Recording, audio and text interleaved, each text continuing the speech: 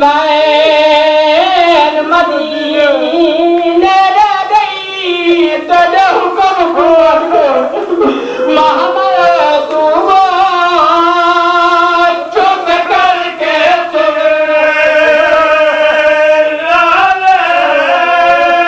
گئی اکبر آدھائیو کار خاک جمع ویچ میرے قدم لوے کنڈ کر کے جگہ تولنے لگا وہ پچھو پیر چڑے دیئے گئی موزے بل بل اے بڑا شجاع رسول ہے محمد بھی شکرہ اکبر داروں کا زمین دے لے گیا لوگ یاد ہے تیریاں پہنی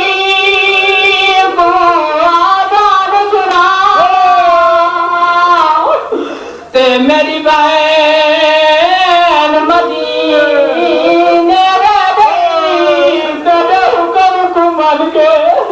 محمد تو چپ کر کے سنے جانے گئی بس دم گئی دم دلا محرم دی جاوی رات دم گئی ہے مولا حسین کربلا دے یوسف کو لائے آکے پتر دی سونی داری چمیے دونی داری چم کے آدھے نا اکبر لال تو دے آزاد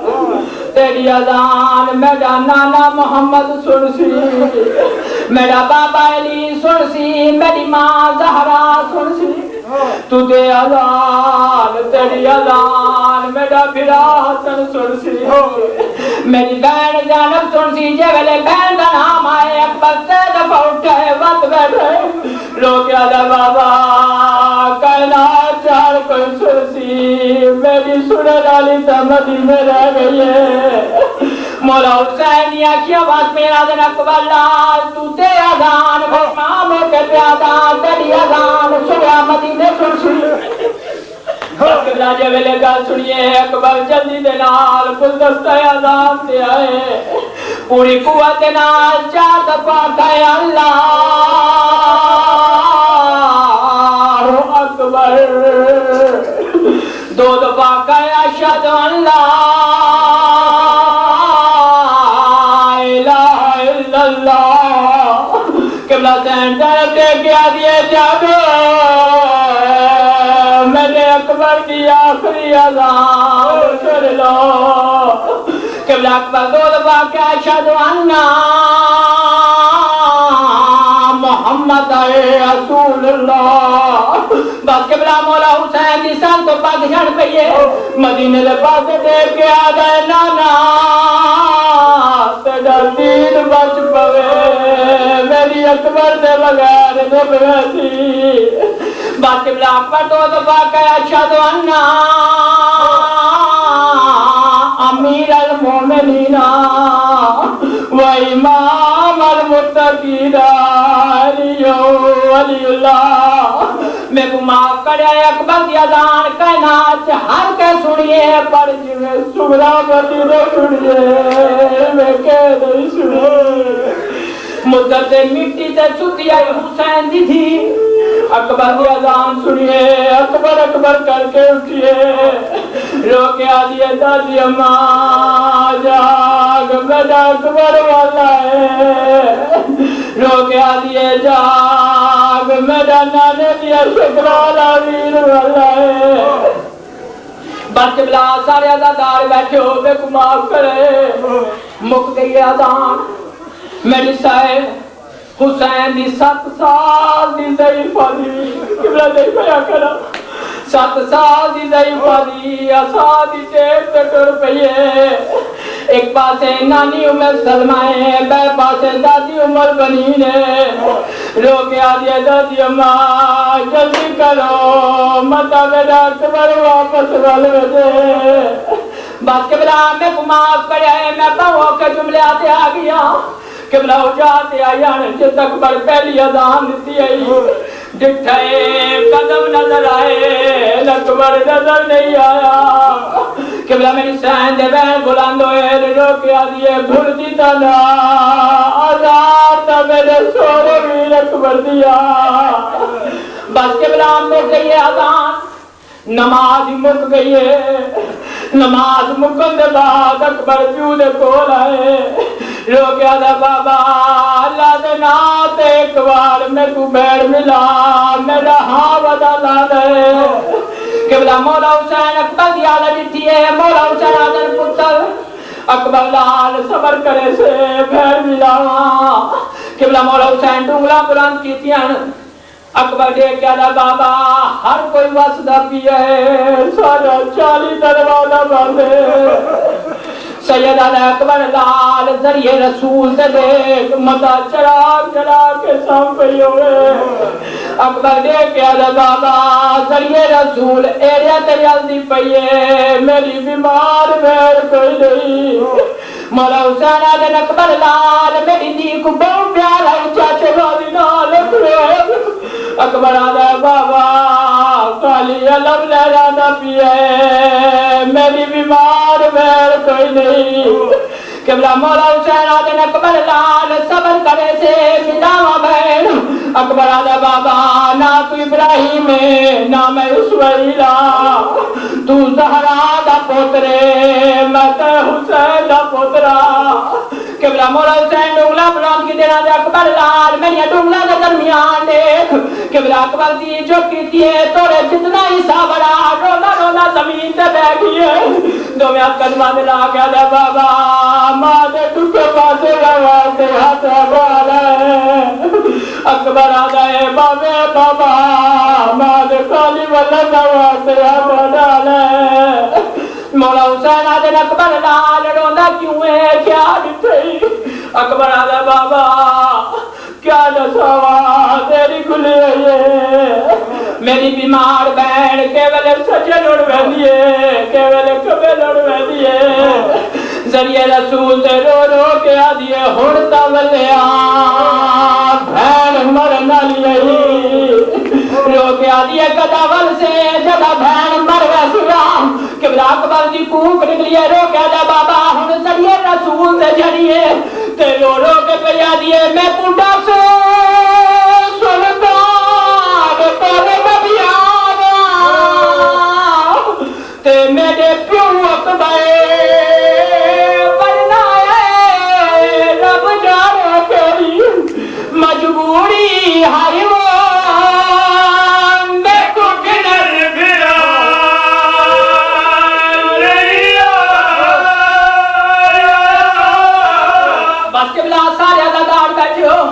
میں کو معاف کرے ایک گل میں کو سوچ کے دسو سیدہ دی جو حسرت ہے مولا اکبر نو پڑھنا ہے یا کوئی نہ قبلہ میں کو معاف کرے بس مکیندہ میاں قبلہ صاحب پھٹے ہم دے مانچے ویلے گل سنیے روندہ ہے بیٹھ دے خیمے بھی چاہے آدھ دی بھائی وال بہن دے کول آئے رو کے آدھا ہے اممہ دی جائی ویسے لال ایک صلاح کر دی چاہتا بہن آدھی ہے ہاں میرا ویر کیجی صلاح پیا کرے دے قبلہ مولا حسین تے دفعہ اٹھے وقت بیٹھے بہن دا سر چم کے رو کے آدھے نے میری ہے صلاح میری اممہ دی جائی تے وال لیلہ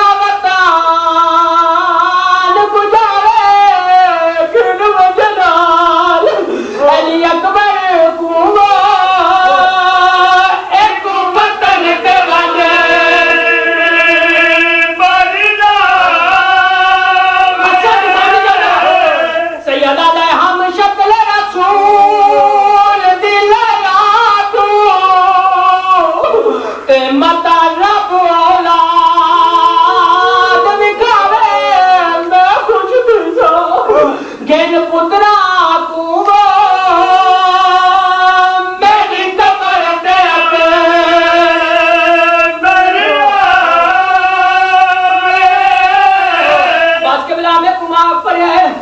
لہذا پہلے تا بہن نالے صلاح کی تیائی وقت جدا صبح ہے بات رونا رونا بہن دے خیمے بچ آئے روکیا دے تے کومڑی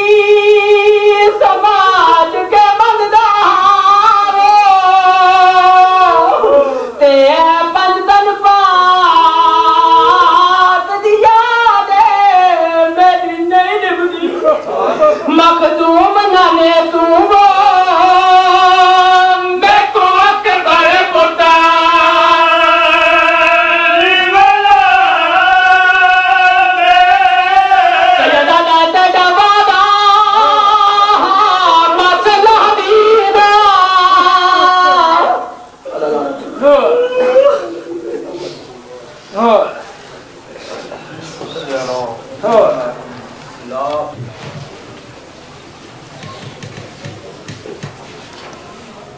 أعوذ بالله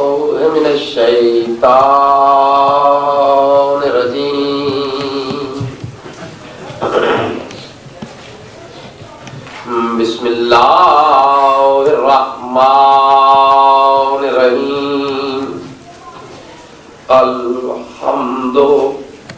لأهله والصلاة على أهلها واللعنة على أعدائهم ملعونين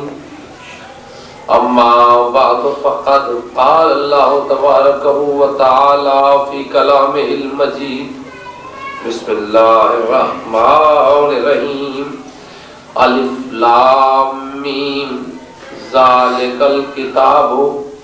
لا ريب فيه هدى للمتقين صلوات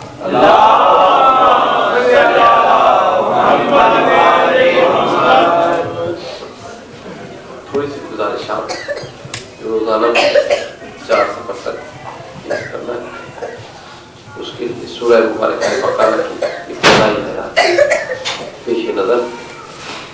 آج بہت مختصر گفتگو کی معلومات چاہتا ہوں کہ میری اتنی مجلس ہے میں خود جس کا انعقاد کرواتا ہوں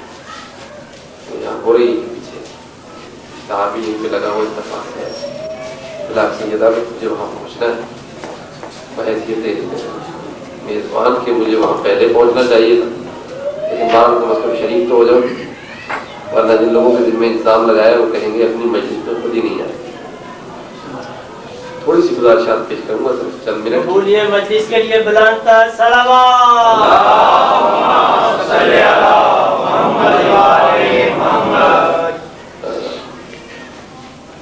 قرآن مجید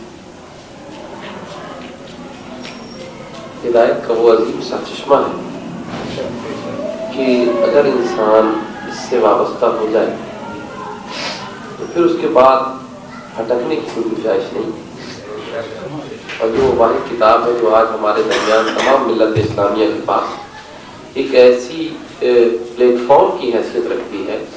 کہ جس پر ہم سب آج یکجا ہو کر اکٹھے ہو سکتے ہیں اور بغیر کسی اختلاف کے اپنے تمام معاملات کو حل کر سکتے ہیں اپنے جھگڑوں کو ختم کر سکتے ہیں پیار محبت کو فروغ دے سکتے ہیں انسان بھٹکا ہی اس لیے ہے کہ وہ اس سے دور ہو گیا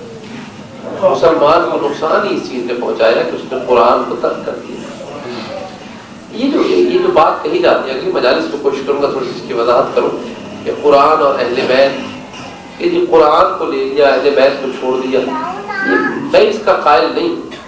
قرآن اور اہل بیت ایسے تھے ہی نہیں کبھی بھی کہ کوئی ان میں سے کسی ایک کو لے لے اور دوسرے کو چھوڑ دے یہ گنجائش تو تب تھی جب یہ الگ الگ ہوتے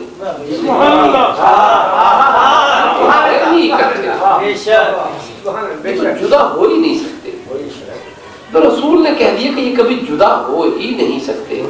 تو جو یہ کہہ رہا تھا نا کہ ہم فقط قرآن کو لے رہے ہیں وہ حقیقت میں کچھ بھی نہیں لے رہا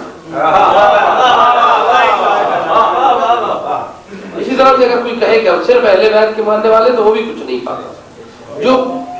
ان کو مانے گا وہ انہیں اکٹھا ہی مانے گا اس لیے کہ اس بات پر تو رسول کے قول کی سند ہے کہ یہ کبھی علیحدہ نہیں ہو سکتا مسلمان لاکھ کہے کہ وہ ہم نے تو اکیلے قرآن کو مان ہی نہیں سکتے کسی کو مل ہی نہیں سکتا اکیلا مل ہی نہیں سکتا یہ ملے گا ہی تب جب اہل بیت ساتھ ہوں گے۔ تھوڑی سی گفتگو کرنا ہے، گفتگو کا آغاز چونکہ کر رہا ہوں، دل چاہتا ہے کہ مختصر سا ایک جملہ میرے بھائی نے ابھی بڑے خوبصورت انداز میں فضائل اور مصائب آپ کو سنا دیے، میں مختصر جو تھوڑی سی گفتگو کرنا چاہ رہا ہوں۔ میرا دل چاہتا ہے جو کچھ اس نے پڑھا ہے وہ نظم میں پڑھ گیا، میں اسی کو نظر میں آپ کے سامنے بیان کر دوں۔ باتیں وہی ہیں جو وہ بیان کر گیا، فضائل بھی وہی ہیں، مصائب بھی وہی ہیں۔ شہزادے کی شبیہ تابوت برآمد ہونا ہے، مصائب بھی وہی کچھ پڑھنا ہے، کوئی نئی بات ہے ہی نہیں میرے پاس۔ رسول خدا نے اسی قرآن کے لیے فرمایا تھا، اور یہ حدیث میں بار بار جگہ جگہ سناتا ہوں، نوجوانوں کو، دوستوں کو، بھائیوں کو، بزرگوں کو سبق سناتا ہوں تاکہ لوگوں کو یہ یاد ہو جائے اور لوگ سمجھیں کہ یہ کسی اور کا قول نہیں ہے، قول رسول کا ہے، اور راوی میرا مولا حیدر کررار۔ اور خوبی یہ ہے کہ تمام مسلمانوں نے اسے اپنی کتابوں میں لکھا ہے کہ رسول خدا نے فرمایا من قرأ القرآن، جس نے قرآن کو پڑھا، جس نے قرآن کو پڑھا۔ دیکھیے اگر پڑھا ہی نہیں تو پھر تو کچھ بھی نہیں لیا نا۔ من قرأ القرآن، جس نے قرآن کو پڑھا، وَاسْتَظْهَرَهُ، اور پھر حافظوں کی طرح نہیں پڑھا بلکہ اس پر غور بھی کیا۔ اب چھوڑے کوئی پڑھے قرآن اور اہل بیت کو چھوڑ دے، کیسے ہو سکتا؟ من قرأ القرآن وَاسْتَظْهَرَهُ، اور اس پر غور کیا۔ کتنی چیزیں ہوئی تم دو باتیں۔ من قرأ القرآن، جس نے قرآن کو پڑھا، پہلا اسٹیپ یہ ہوا کہ پڑھا جائے، دوسرا اسٹیپ کیا ہوا؟ استظہرہ، اس پر غور بھی کیا جائے۔ وَأَحَلَّ حَلَالُهُ، جس شے کو یہ حلال بتا دے اسے حلال مان لیا جائے۔ وَحَرَّمَ حَرَامُهُ، جس چیز سے یہ منع کر دے اس سے رک جائے۔ بھئی 4 عمل بتائے قرآن سے متعلق رسول کہا۔ ایک تو پہلا عمل کیا؟ قرأ القرآن، قرآن کو پڑھے۔ اب اس میں تخصیص نہیں کی، کون؟ من، جو بھی پڑھے، من بھئی جو بھی پڑھے نا۔ قرأ القرآن، قرآن کو پڑھے۔ بھئی اس منزل پہ تو ہو سکتا ہے پڑھنے والا عیسائی ہو، پڑھنے والا یہودی ہو، کیونکہ دنیا کی ہر لائبریری میں قرآن موجود ہے، ہر بڑی لائبریری میں قرآن موجود ہے، پڑھنے والے تو سبھی ہوں گے۔ لیکن اگلی منزلیں یہ بتا رہی ہیں کہ خود بخود جب ان 4 باتوں پہ عمل کرے گا نا تو خود بخود طہارت بھی آ جائے گی، عقیدت بھی آ جائے گی، علم بھی آ جائے گا، اسلام بھی آ جائے گا، دین بھی آ جائے گا۔ من قرأ القرآن، شروع بات ہوگی اس بات سے کہ قرآن کو پڑھے اور پھر اس پر غور کرے۔ 2 کام کر لے گا نا، پھر صرف یہی نہیں ہے کہ پڑھے اور غور کرے اور پھر محض تنقید ہی کرتا چلا جائے، اس سے کچھ نہیں ملے گا۔ احل حلالہ، جو یہ حلال کہے اسے حلال جانے، ہو گیا نا مومن۔ وحرم حرامہ، اس کے حرام سے بچتا رہے۔ تو اللہ کا رسول کہہ رہا ہے کہ اگر کوئی شخص یہ 4 کام کر لے گا نا، عرب عجم، گورا کالا، سید غیر سید، مرد عورت کوئی قید نہیں، مرد جو کوئی بھی ہو، اگر قرآن سے متعلق ان 4 کاموں کو کر لے گا فَيُدْخِلُهُ اللَّهُ بِهِ الْجَنَّةِ، تو بروز قیامت اسے جنت کو ڈھونڈنے کی ضرورت نہیں ہوگی، بلکہ اللہ کی یہ ذمہ داری ہے کہ اسے خود جنت میں داخل کرے۔ فَيُدْخِلُهُ اللَّهُ بِهِ الْجَنَّةِ، اللہ 4 کام بتائے ہیں، میں دہرائے دیتا ہوں تاکہ ذہنوں میں محفوظ ہو جائے۔ چھوٹے بھائیوں کے، بزرگوں کو سبق سنا رہا ہوں کہ جس نے قرآن پڑھا، اس پر غور کیا، اس کے حلال کا وہ حلال سمجھا، اس کے حرام کو حرام۔ جس نے یہ 4 کام کیے نا، رسول خدا کہہ رہے ہیں کہ میں رسول ضامن ہوں کہ وہ بروز قیامت جنت کو ڈھونڈے گا نہیں، بلکہ اللہ کی ذمہ داری ہوگی کہ اللہ اسے جنت میں داخل کرے۔ ماننے والے یا رسول اللہ بس اتنے سی فضیلت ہے؟ 4 کام کرے، اتنی محنت کرے، زندگی قرآن کے مطابق گزار دے، پھر بھی فقط یہی کچھ ملے گا کہ جنت میں جائے گا؟ نہیں، یہ اتنی سی بات نہیں ہے، بات کو آگے بڑھایا۔ یدخلہ اللہ بالجنہ، اللہ اسے جنت میں داخل کرے گا، وشفعہ، اور اس کی شفاعت کو قبول کرے گا۔ سبحان اللہ، نعرہ تکبیر، اللہ اکبر، نعرہ رسالت، نعرہ حیدری۔ فضائل قرآن کے باب میں آپ کو تمام کتابوں میں مل جائے گا، مشکات میں بھی ہے، سیاستہ کی دوسری کتابوں میں بھی ہے۔ فرمایا کہ اللہ اسے جنت میں داخل کرے گا اور اس کی شفاعت کو قبول کرے گا۔ کتنے لوگوں کے لیے؟ لِأَشْعَرَةٍ مِّنْ أَهْلِ بَيْتِهِ، اس کے گھر والوں میں سے 10 کے لیے۔ یعنی کام ایک کرے، بخشے 11 جائے۔ بھئی ایک بات تو طے ہو گئی، لوگوں نے کہا جی اگر عمل کرے گا تو بخشا جائے گا۔ بھئی فقط اپنے عمل پہ بخشش نہیں ہوگی، ہو سکتا ہے کوئی ہو جو ہاتھ پکڑ کے لے جائے۔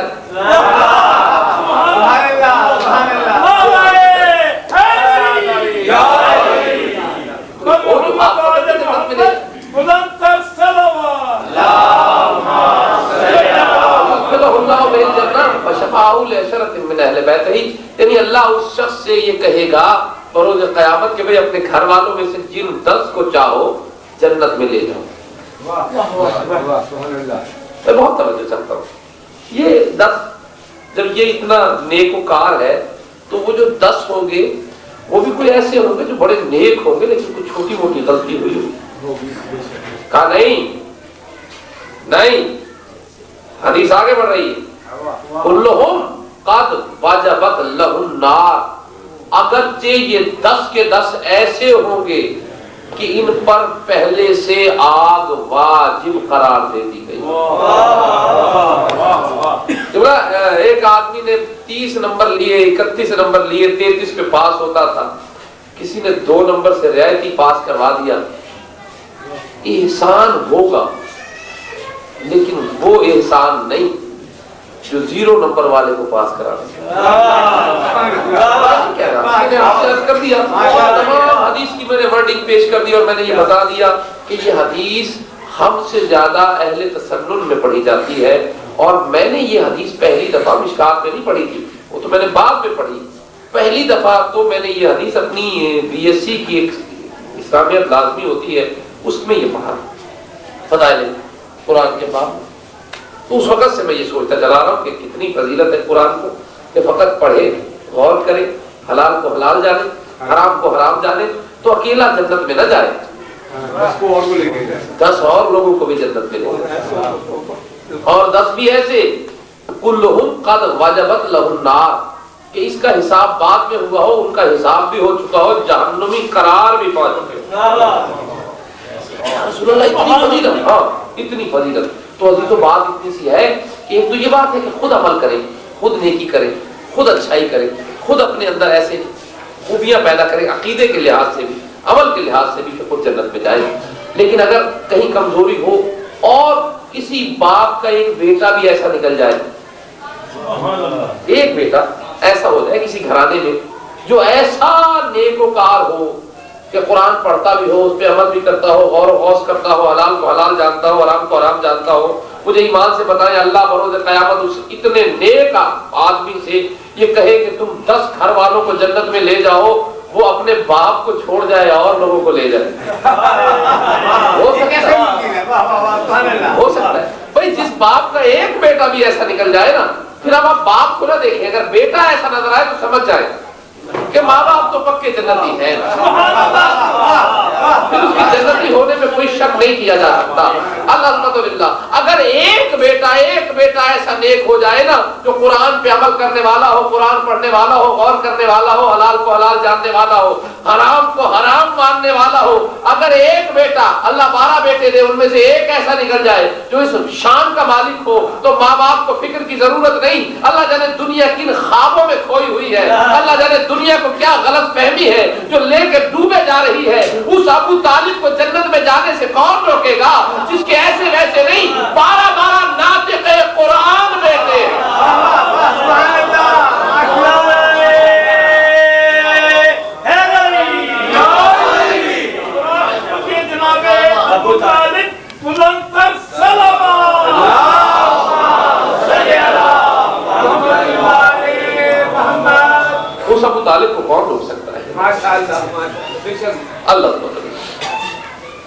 بہت خوبصورت بھائی قصیدہ تھا تو میرا بھی دل چاہا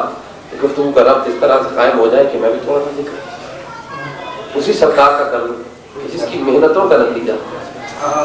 آج ہم لوگ مسلمان اس کی خدمتوں کا نتیجہ آج ہمیں دین کی بھی پہچان ہے، شریعت کی بھی پہچان۔ یاد رکھو نام بلند ہوا اللہ کا، دین مانا گیا اللہ کا، کلمہ پڑھا گیا نبی کا، لیکن جو لٹا ہے نا وہ ابو طالب ہی کا گھرانہ ہوتا۔ کربلا میں کچھ اور لوگ نہیں تھے جو کہتے ہیں 18 بنی ہاشم، دراصل 18 آل ابو طالب تھے۔ جس شہنشاہ کا تابوت ابھی آئے گا یہ شہزادہ یہ کسی اور کا نہیں، ابو طالب کا ہوتا۔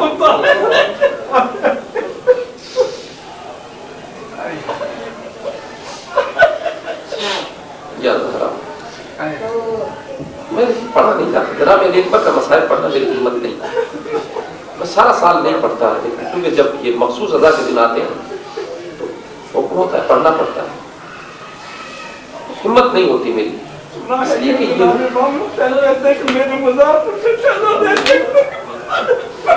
منع حکمن منع بالکل صحیح فرما رہے ہیں، حکم کے ذریعے منع کیا گیا ہے۔ کچھ جگہ ہیں جہاں شہادتیں نہیں پڑھی جاتی، جناب عباس کے روضے پہ جناب سکینہ کی شہادت نہیں پڑھی جاتی، اور جناب سید الشہداء کے روضے پہ شہزادہ علی اکبر کی شہادت نہیں پڑھی جاتی۔ جو آخری مسائل جناب علی اکبر کا پڑھا ہے نا روضہ حسین پر، اس شخصیت کا بہت بڑی شخصیت ہے، اس کا نام ہے مہدی، بہت بڑے عالم ہیں، روضہ حسین پہ رہتے ہیں۔ ایک دن وہاں مجلس بپا ہوئی، یقیناً اس عالم کا کیا کہنا جو خدمت گار ہو حسین کے روضے کا، اسے اتنی بڑی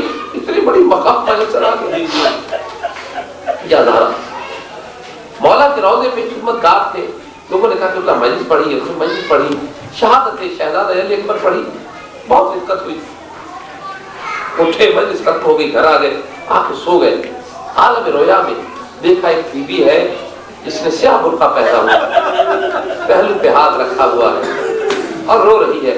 کہا بی بی آپ کون ہیں اور کس لیے رو رہی ہیں؟ کہا میں حسین کی ماں زہرا ہوں اور تجھ سے کچھ کہنے کے لیے آئی ہوں۔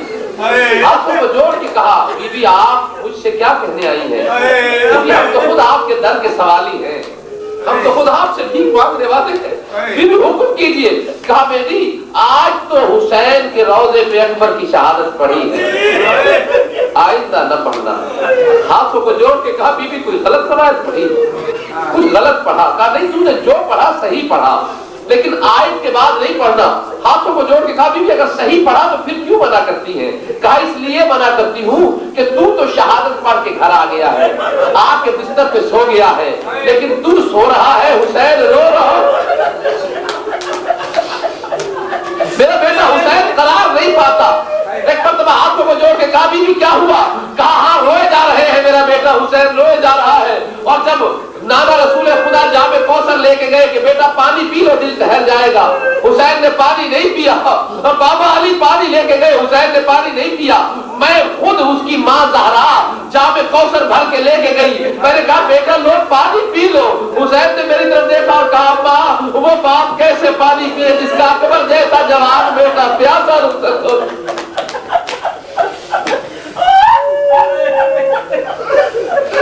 اکبر جیسا جوان بیٹا پیاسا رخصت ہو۔ آپ نے گریہ کیا، مجلس مکمل ہو گئی، بس زیارت آنی ہے، اس لیے ایک جملہ ماں کا بھی سن لیجئے۔ بس لاشا جناب علی اکبر اٹھایا، جیسے بھی اٹھایا، عزیزو میں نے تو یہاں تک روایت میں پڑھا ہے کہ جتنے لاشیں گرے ہیں حسین نے خود اٹھائے ہیں، لیکن جب اکبر کا لاشا اٹھا گرا ہے نا تو ایک مرتبہ میرے مولا نے لاشا اٹھایا بھی ہے، بڑی مشکل سے سیدھے بھی ہوئے، اور پھر آواز دی، کچھ بچے نکلے خیموں میں سے، کچھ حصہ حسین نے اٹھایا، کچھ زہرا بچوں نے۔ ایک مرتبہ خیمے کے اندر آئے، لا کے لاشا اکبر کو رکھا،